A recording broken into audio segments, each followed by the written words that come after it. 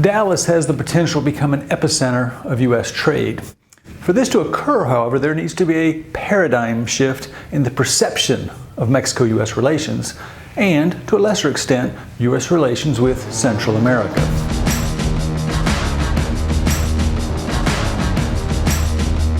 The data will speak for itself. The shift needs to be in the policy positions from Washington.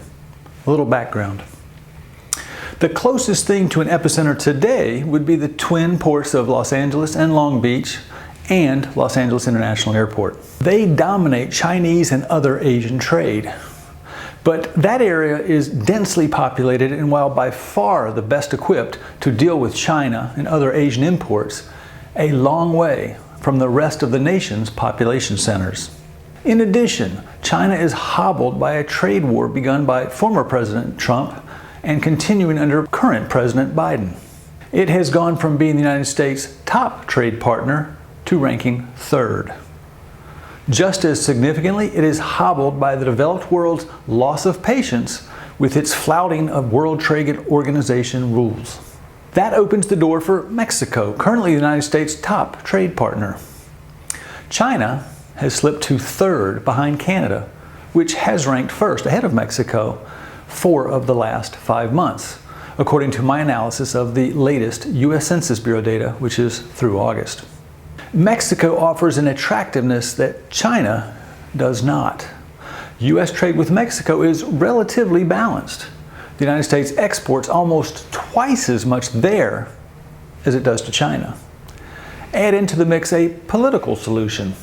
The United States should encourage manufacturing and trade not only with Mexico, but also with Central America, which allows Washington to attack the immigration problem through job creation and economic opportunity. While Mexico and Central America cannot compete with China, much less the rest of Asia, for the size of its workforce, automation will continue to become a driving factor in manufacturing. That can just as easily be located in Central America and Mexico.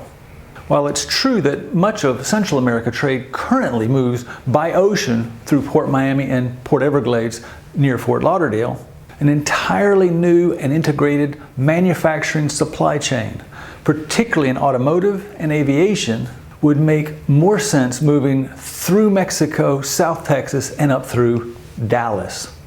Nearshoring provides the additional benefit of reducing time in the supply chain and costs associated with that time, made all the more feasible as the Texas border towns continue to rapidly add lanes to their bridges. So let's loop back to Dallas. Dallas is a straight shot up Interstate 35 from Mexico. I-35 and rail lines join it not only with the dominant U.S.-Mexico border crossings in Laredo, but also fast-growing ones in Pharr to the east and Eagle Pass to the west. Those 3 account for just under half of all U.S. trade with Mexico. Dallas is also a straight shot up Interstate 45 from Houston, an energy hub and the nation's top seaport by tonnage. Dallas also sits on Interstate 20, which runs east to Atlanta and west to essentially Los Angeles after it merges with I-10 in El Paso, another major hub for U.S. trade with Mexico. Then there's the airport.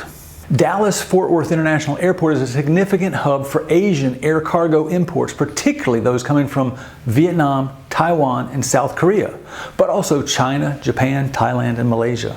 As an American Airlines hub, it also connects easily to Miami International Airport, the dominant Latin American hub given the strength of its connections.